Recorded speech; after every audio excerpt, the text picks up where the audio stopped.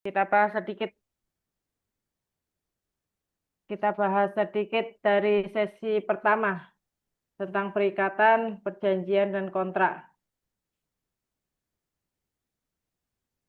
Perikatan, perjanjian, dan kontrak pada dasarnya hampir sama.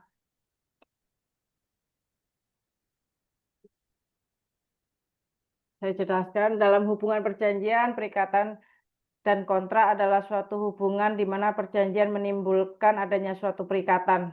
Perikatan merupakan sumber lahirnya perikatan di samping sumber yang lain. Jadi perjanjian dapat pula disebut sebagai persetujuan karena dua pihak setuju untuk melakukan sesuatu menurut bentuknya, baik itu bisa bentuk tertulis maupun dalam bentuk lisan. Perjanjian yang bentuknya tertulis disebut dengan kontrak. Jadi kontrak mempunyai cakupan yang lebih sempit lagi daripada perjanjian. Kontrak pasti merupakan perjanjian, tetapi tidak semua perjanjian merupakan kontrak, karena yaitu tadi, bahwa kalau memang perjanjian yang tidak dibuat secara tertulis, itu hanya lisan, maksudnya dalam arti eh, antara satu dengan orang yang lainnya itu hanya eh, apa ya, ke kemauan antara kedua belah pihak dasarnya adalah perjanjian saja. Tetapi kalau dituangkan dalam bentuk tertulis, biasanya itu bentuknya adalah kontrak. Dan kontrak itu kalau bentuknya tertulis biasanya ada beberapa konsepnya. Ada yang ditulis dalam bentuk sesuai dengan konsepnya para pihak sendiri, atau bisa juga yang tertulis di hadapan notaris. Semua perjanjian pasti merupakan perikatan, tetapi tidak semua perikatan merupakan perjanjian. Hal ini bisa dipahami sebab sumber lahirnya perikatan tidak hanya perjanjian saja, tetapi bisa juga undang-undang atau putusan pengadilan dan hakim. Inilah dasarnya perikatan adalah merupakan suatu peristiwa hukum di mana akibat dari perbuatan manusia menimbulkan peristiwa yang lainnya. Ada sumber perikatan lain dan perjanjian. Kontrak bisa dalam bentuk tertulis maupun lisan. Yang berikutnya, perjanjian merupakan perbuatan hukum untuk mencapai kata sepakat terhadap objek tertentu antara para pihak yang menimbulkan akibat hukum. Sedangkan undang-undang, bagaimana diatur dalam pasal 1352, lahir sebagai suatu undang-undang sebagai akibat dari perbuatan hukum. Bisa juga dari jurisprudensi. Jurisprudensi itu juga merupakan hukum perikatan yang khusus di dalam KUH Perdata. Karena jurisprudensi itu adalah suatu keputusan hasil final dari keputusan hakim, di mana itu merupakan putusan yang dapat melengkapi adanya suatu kelemahan dalam suatu penegakan hukum. Maksudnya seperti itu. Ada juga dalam hukum adat, di dalam hukum Eropa sendiri dianggap sebagai masyarakat yang religius sehingga mempunyai fungsi keadilan sosial. Hukum adat juga di sebentar. Mana? Hukum adat di sini artinya mampu memenuhi kebutuhan masyarakat yang bersifat fungsional sehingga hukum adat mempunyai fungsi sosial dan keadilan sosial. Begitu juga hubungan perjanjian dan perikatan dan kontrak. Contohnya perjanjian antara A dan B, pembeli mengenai jual beli barang. Perikatan timbul saat A berkewajiban menyerahkan barang dan B berkewajiban membayar. Disinilah yang dianggap sebagai perjanjian, perikatan. Pada dasarnya memang kesepakatan antara A dan B mengenai perjanjian jual beli itu adalah merupakan suatu perjanjian. Bentuknya awal adalah suatu perikatan yang tertuang secara lisan. Tetapi perikatan itu kemudian akan berubah menjadi kontrak dan tertulis jika dituangkan dalam bentuk draft kontrak di mana antara kedua belah pihak setuju dan sepakat untuk membuat perjanjian itu atas dasar kesepakatan para pihak. Yang berikutnya, subjek dan objek perjanjian. Subjek itu lebih dikenal dalam pasal 1315 dan 1318, 1340. Subjek itu adalah para pihaknya. Siapa para pihaknya? Subjek perjanjian bisa dalam bentuk orang ataupun badan hukum.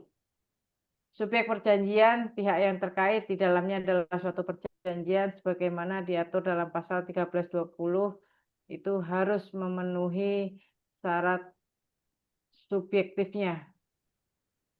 Siapa syarat subjektifnya? Ya, orang-orang tersebut. Objek itu berkaitan dengan benda, zat.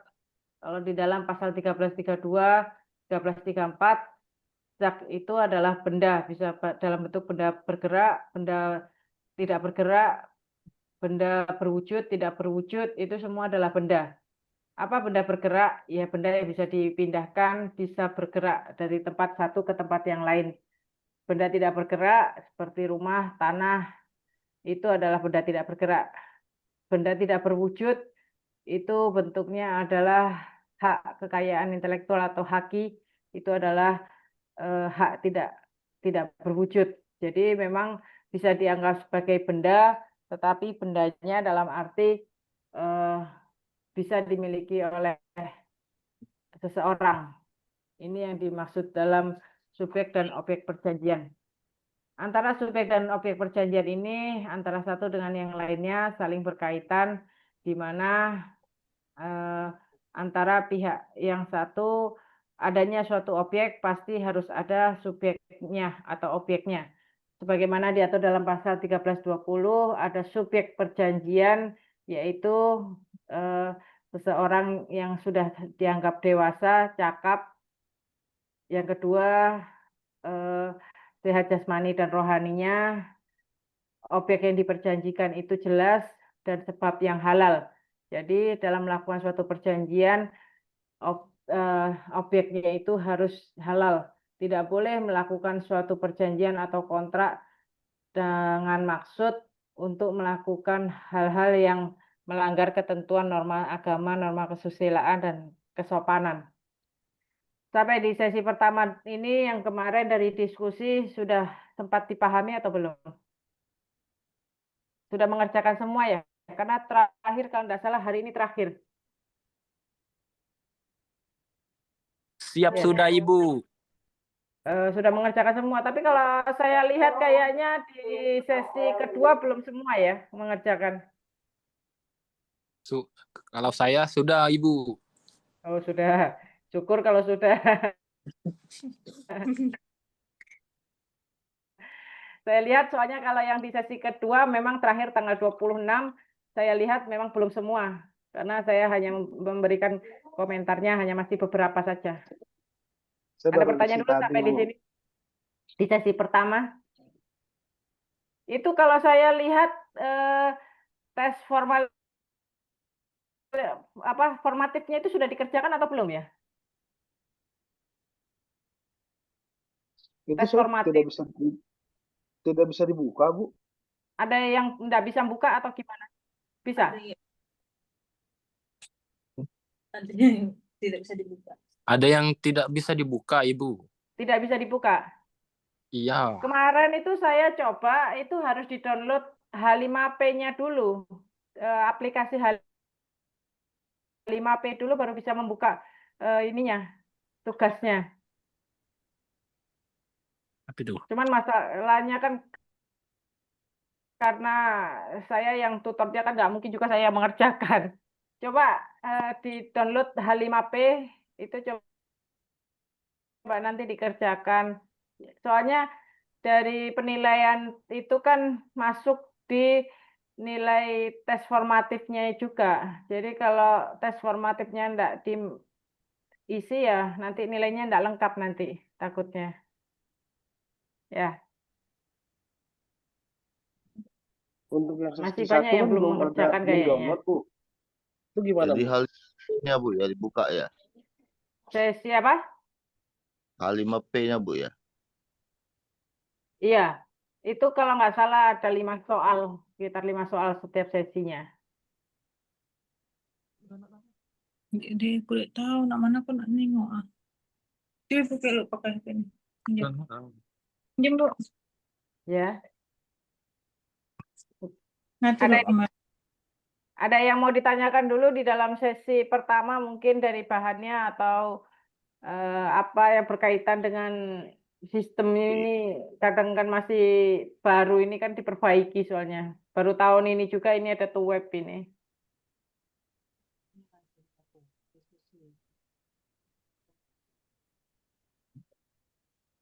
Izin Bu, kalau untuk nilai diskusi 1 tuh memang belum di ini Bu ya.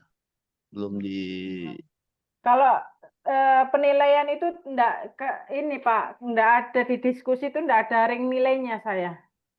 Penilaian gitu. untuk berpraktek itu hanya ada di nilai UAS dan nilai tugas semuanya. Nilai tugas Bu ya. Nilai tugas tes formatif itu sama nilai UAS nanti. Termasuk web ini juga penilaian. Oh gitu. Iya Bu. Makasih Bu. Makanya nanti coba yang belum bisa untuk mengisi tes formatifnya coba di-download H5P itu nanti kemarin saya bisa kok untuk nyobanya itu. Oh, Untuk itu harus waktunya di-download ya, Bu. Kalau Harus. komputernya enggak, laptopnya enggak support harus di-download dulu, Mbak. Kayak Soalnya, download biasa ya, kayak download di aplikasi yang biasa. iya betul. Ada pertanyaan sebelum saya lanjutkan ke sesi 2-nya? Berkaitan dengan perikatan, perjanjian dan kontrak. Sudah cukup jelas? Berikutnya Jelas, Bu. ya. Saya lanjut boleh? Siap, Bu. Saya lanjutkan di sesi kedua tentang azas umum dan unsur-unsur perjanjian. Berkaitan dengan azas umum dalam perjanjian, pada dasarnya perjanjian itu sebagaimana diatur dalam pasal 1313 KUH Perdata, perjanjian adalah suatu perbuatan dengan mana satu orang atau lebih mengikatkan dirinya terhadap satu orang atau lebih lainnya. Dalam praktek perjanjian adalah hubungan hukum yang menimbulkan hak dan kewajiban bagi para pihak. Inilah yang menimbulkan suatu ketentuan bahwa di dalam hukum perdata, khususnya hukum perjanjian, itu ada beberapa asas yang berkaitan antara satu dengan yang lain, lainnya. Apa itu asas-asasnya? Yaitu asas kebebasan berkontrak. Setiap para pihak bebas untuk menentukan apa isi dari kontrak tersebut, bentuknya seperti apa, syaratnya seperti apa, asalkan tidak bertentangan dengan undang-undang, ketertiban umum, dan kesusilaan.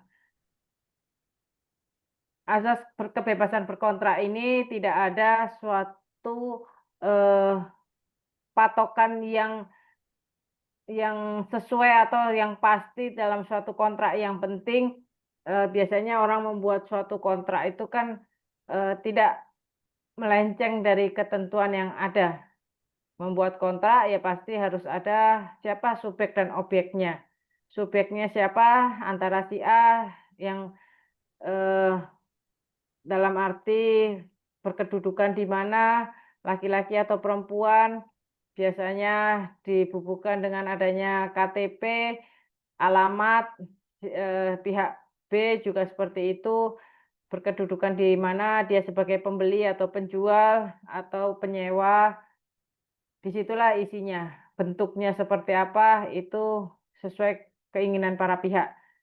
Apa objek yang diperjanjikan itu juga harus dijelaskan dalam kontrak tersebut. Apakah yang diperjanjikan dalam bentuk rumah, tanah, sewa menyewa itu harus jelas. Kenapa tidak diperjelas di situ tidak boleh bertentangan dengan undang-undang atau ketertiban umum atau kesusilaan? Ya agar nantinya dalam kebebasan berkontrak itu memang para pihak bebas membuat perjanjian, tetapi ada suatu batasan-batasan dari undang-undang itu yang tidak boleh dilanggar. Contohnya, kontrak dalam suatu pekerjaan. Di dalam mempekerjakan seseorang, di situ jelas dia dipekerjakan untuk resepsionis. Ternyata dalam prakteknya dia juga merangkap cleaning service, mungkin dia merangkap dia sebagai administrasi, merangkap yang akhirnya pekerjaan intinya itu tidak sesuai. Kenapa dianggap tidak sesuai? Karena sebenarnya kan dia dipekerjakan sebagai resepsionis yang mungkin gajinya sesuai dengan kesepakatan itu tadi. Akhirnya dianggap bertentangan dengan undang-undang karena di situlah ada suatu aturan-aturan yang dilanggar, yang seharusnya dia sebagai administrasi, resepsionis, tetapi dia melakukan pekerjaan multi talent, mengerjakan semua pekerjaan tersebut. Ini dianggap juga sudah melampaui apa yang sesuai dengan yang diperjanjikan. Azas konsensualisme adalah perjanjian lahir pada saat tercapainya kesepakatan antara para pihak tanpa memerlukan bentuk tertentu kecuali ditentukan oleh undang-undang. Contohnya, jual beli barang terjadi sah sejak ada suatu kata sepakat, walaupun barang atau uang belum diserahkan. Jika para pihak itu sepakat untuk melakukan perjanjian, ya sudah sepakat. Baru nanti dituangkan dalam bentuk tertulis, itulah yang dalam suatu perjanjian. Sepakatan, kata sepakatnya dulu. Azas pacta sunt servanda adalah azas kepastian hukum. Perjanjian yang dibuat secara sah berlaku sebagai undang-undang bagi para pihak yang membuat. Implikasinya apa? Pihak yang mengingkari isi perjanjian dapat digugat secara hukum. Pada dasarnya, dasar hukum dalam perdata itu memang adalah KUH Perdata atau BW. Tidak ada aturan yang pasti berkaitan dengan setiap aturan-aturan yang dibuat oleh para pihak, tetapi hakim dalam memutuskan suatu perkara, dia hanya melihat kepada perjanjian yang dibuat antara para pihak.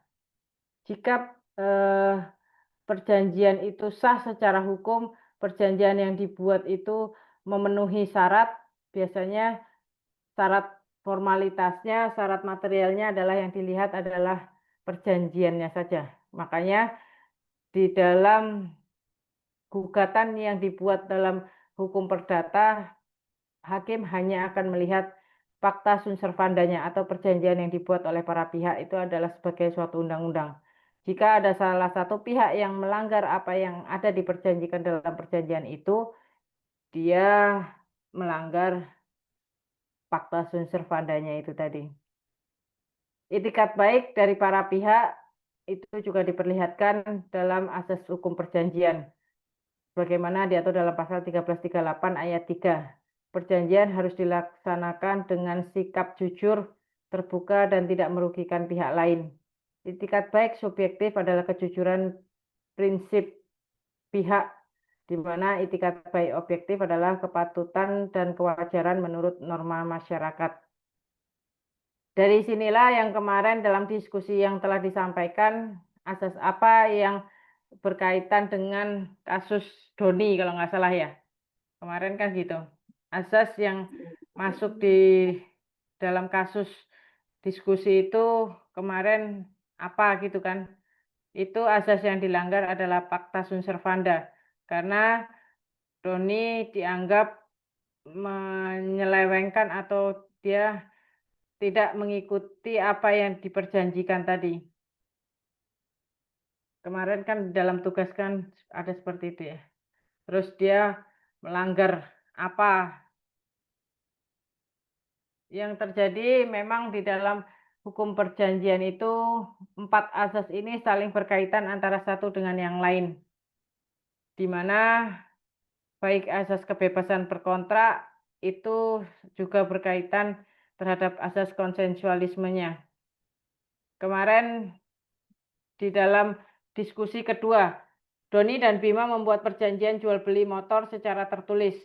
Namun setelah 1 minggu motor diserahkan, Doni tidak membayar sesuai harga yang disepakati. Jadi ada itikat tidak baik oleh Doni dalam hal melakukan perjanjian jual beli. Bima ingin membatalkan perjanjian karena dianggapnya Doni tidak menepati apa yang diperjanjikan. Asas hukum perjanjian apa yang dilanggar dalam kasus ini? Itu asas pacta sunt servanda. Karena memang si Doni mengingkari, tidak mau membayar apa yang diperjanjikan, secara otomatis ada ada akibat hukum yang dilanggar, yaitu wan prestasi. Apa itu wan prestasi? Ingkar janji. Di dalam perjanjian, ingkar janji itu adalah merupakan suatu akibat hukum yang memang harus ditanggung oleh pihak yang sudah merugikan tersebut. Kepribadian sebagaimana diatur dalam pasal 1315 dan 1340, perjanjian hanya mengikat para pihak yang membuat pengecualian janji untuk pihak ketiga dalam pasal 1317. Kepribadian ini juga menentukan watak dari para pihak. Kalau kita membuat suatu perjanjian dengan seseorang secara umum kan pasti kita akan melihat dulu orangnya seperti apa. Orang ini kira-kira bisa dipercaya atau tidak. Orang ini bisa melakukan perjanjian atau tidak. Mungkin dari segi watak orangnya atau kelihatan dia sudah dewasa atau tidak, dari cara bicaranya, itu kan merupakan suatu kepribadian dalam asas perjanjian. Karena dasar inilah yang akan melibatkan seseorang. Makanya biasanya kalau melakukan suatu perjanjian khususnya sama pihak bank, yang dilakukan pihak bank itu dia bukan melihat pada kepribadian, tetapi dia akan melihat sebelum orang ini melakukan kredit pada bank, biasanya bank akan melihat pada BI checkingnya. Orang ini secara otomatis pribadinya seperti apa, sering nunggak-kah, dia sering melakukan tidak tepat waktu dalam melakukan pembayaran atau seperti apa, itu bisa dilihat dari situ. Kalau bank biasanya melakukan. Doktrin hak dan kewajiban para pihak harus proporsional, tidak berat sebelah. Tujuannya adalah mencegah adanya pihak yang dirugikan secara sepihak. Unsur dari perjanjian ada beberapa. Esensialia adalah unsur pokok yang menentukan perjanjian. Unsurnya seperti apa? Naturalia adalah ketentuan yang dianggap melekat pada perjanjian menurut hukum meskipun tidak disebutkan secara tegas. Aksidentalia adalah ketentuan tambahan yang dibuat berdasarkan kesepakatan para pihak. Esensialia adalah unsur pokok yang menentukan perjanjian. Esensialia adalah itu biasanya berkaitan dengan subjek dan objeknya. Naturalia itu melekat pada perjanjian menurut hukum, biasanya berkaitan dengan pembayaran, berkaitan dengan jatuh temponya, berkaitan dengan sewa menyewa, ya nanti kalaupun dia sudah mengakhiri sewa menyewanya, dia harus mengembalikan kondisi rumah itu dalam keadaan semula. Itu adalah naturalia, syarat-syarat yang melekat dalam aturan pasal-pasal yang dibuat dalam kontrak tersebut sebagai pelengkapnya. Kalau essentialia itu adalah tambahan yang dibuat berdasarkan kesepakatan para pihak. Biasanya si penyewa rumah, saya sewakan rumah sama ada beberapa perabotan rumah di sini ya, ada AC-nya. Jadi saya minta tolong untuk sekalian dijaga, jangan sampai rusak. Kalau terjadi kerusakan, tolong diperbaiki atau mungkin dicuci AC-nya, seperti itu. Itu merupakan syarat yang aksidental ya, jadi ketentuan tambahan yang dibuat berdasarkan kesepakatan para pihak.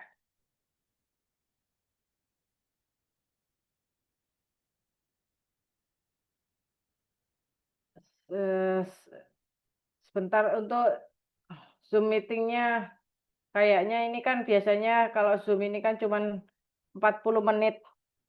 Tolong nyalakan dulu kameranya biar saya bisa ini apa foto. Kameranya tolong dinyalakan dulu semuanya. Nanti takutnya sudah 40 menit ternyata langsung hilang semuanya. Tolong Siap, Ibu. semuanya dinyalakan kameranya.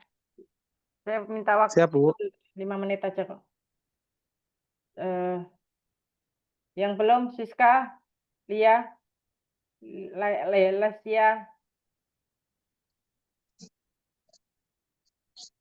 semuanya tolong dinyalakan.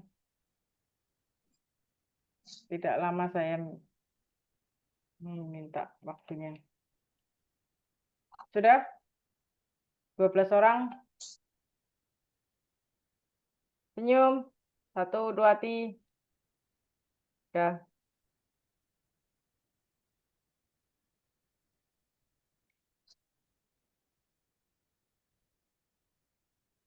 Yang lain? Cek. Ayo. Ada yang join lagi, cek, bentar.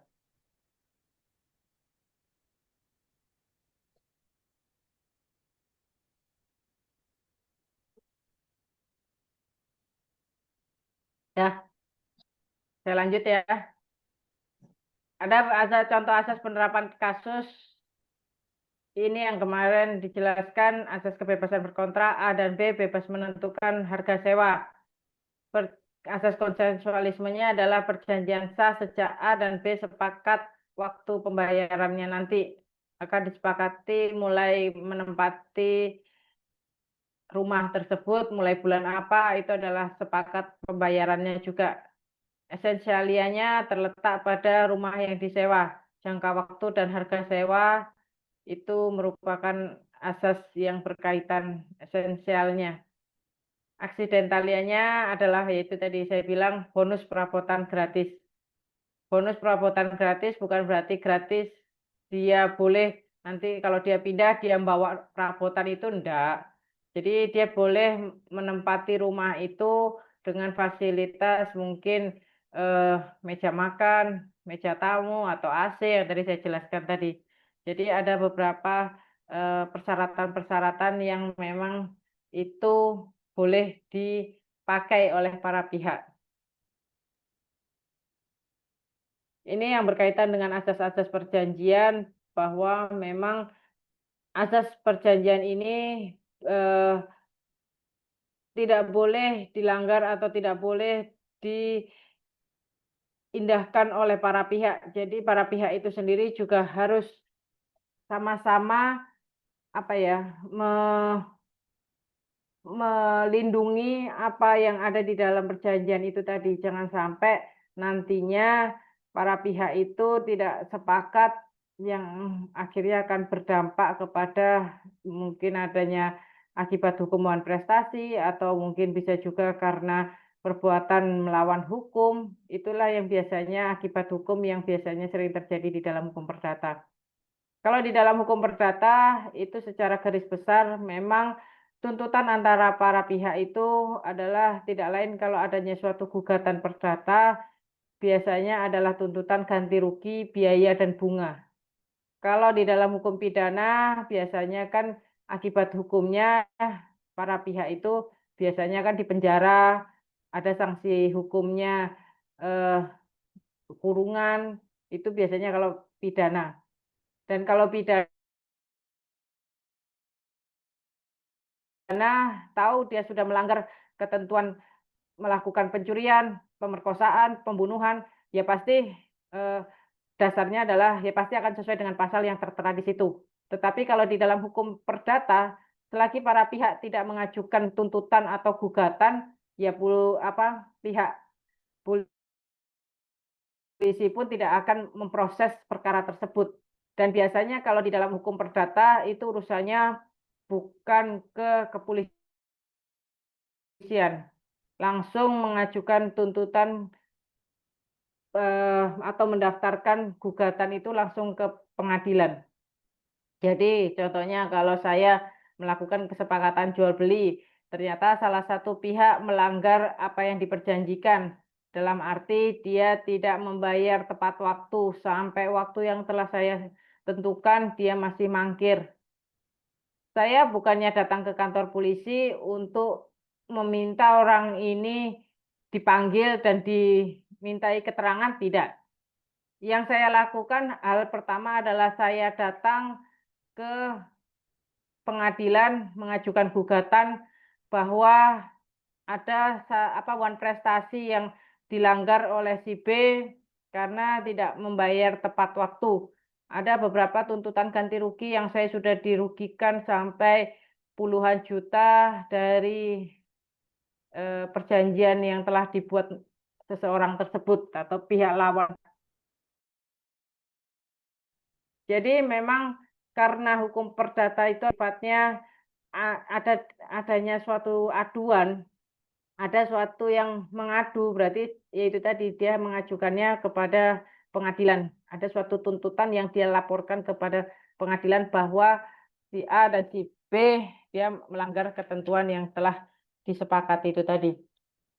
Dari sinilah yang kemudian para pihak baik penggugat maupun tergugat harus membuktikan apa yang telah dilanggar tersebut. Sampai di sini dulu. Mungkin ada pertanyaan, bisa kita diskusi bersama Izin sebelum bertanya, waktunya. Bu. Ya, boleh. Iya, tapi ini terkait tadi, Bu, terkait syarat sahnya perjanjian. Kan salah satunya diantaranya kecakapan ya, Bu, ya. Nah, gimana kalau misalnya perjanjian itu dilakukan oleh anak di bawah umur misalnya? Kalau misalnya terkait dengan bank untuk anak itu kayak gimana ya? Kayak gitu aja sih, Bu. Kalau perjanjian itu pada dasarnya ada syarat umur, syarat kedewasaan. Seseorang itu harus dilihat. Dalam aturan hukum perdata, ketentuan umur itu setiap aturan undang-undang berbeda-beda. Contohnya kayak hukum perkawinan, laki-laki, dewasanya laki-laki itu adalah 17 dan perempuan 16. Tetapi kalau dilihat dari undang-undang kependudukan kan umurnya 17. Jika memang di umur sebelum umur yang telah ditentukan seumpama 17, dia melakukan suatu perjanjian, itu biasanya di dalam aturan undang-undang itu harus disertakan wali. Siapa walinya? Biasanya orang tua atau orang yang ditunjuk. Contohnya mungkin kalau tidak punya orang tua ya berarti dia harus dengan wali paman atau neneknya atau wali hakim. Contohnya yang paling sederhana dalam Undang-Undang Hukum Perkawinan, kalau ada seseorang yang menikah belum waktunya umurnya, ya jalan satu-satunya adalah dengan cara adanya suatu wali. Biasanya seperti itu, Mbak. Ada puas? Ada pertanyaan lagi? Iya, baik, Bu. Terima Izin, kasih. Ibu. Bu, kalau misalnya terkait orang yang boros, itu juga termasuk tidak cakap ya? Atau kayak gimana ya, Bu? Boros di sini dalam kategori yang memang sudah holik. Dari artinya sendiri, dia sudah tidak bisa dihentikan. Jadi borosnya itu benar-benar sudah dianggap sebagai suatu penyakit. Penyakit kejiwaan yang memang sama seperti orang yang tidak bisa mengontrol jiwanya, emosinya, yang intinya dia sifatnya berlebihannya. Memang itu biasanya memang ada di dalam pasal 1320 syarat subjek itu termasuk boros itu juga yaitu tadi memang harus ditentukan dari segi psikisnya, dari segi psikologinya juga. Berarti harus oleh Tes kedokteran psikotes dulu. gitu ya? Ya, oke Iya. sih. Ya, terima kasih, Bu. Yang lainnya, silakan. Izin Bu bertanya Bu. Ya, silakan. Izin. Terkait tadi cakap umur ya Bu ya, masih di bawah umur. Kan sempat ada kasus seorang anak itu membelanjakan saldo atau uang elektronik yang milik orang tuanya untuk membeli suatu barang atau apapun itu. Apakah dengan statusnya dia yang masih di bawah umur,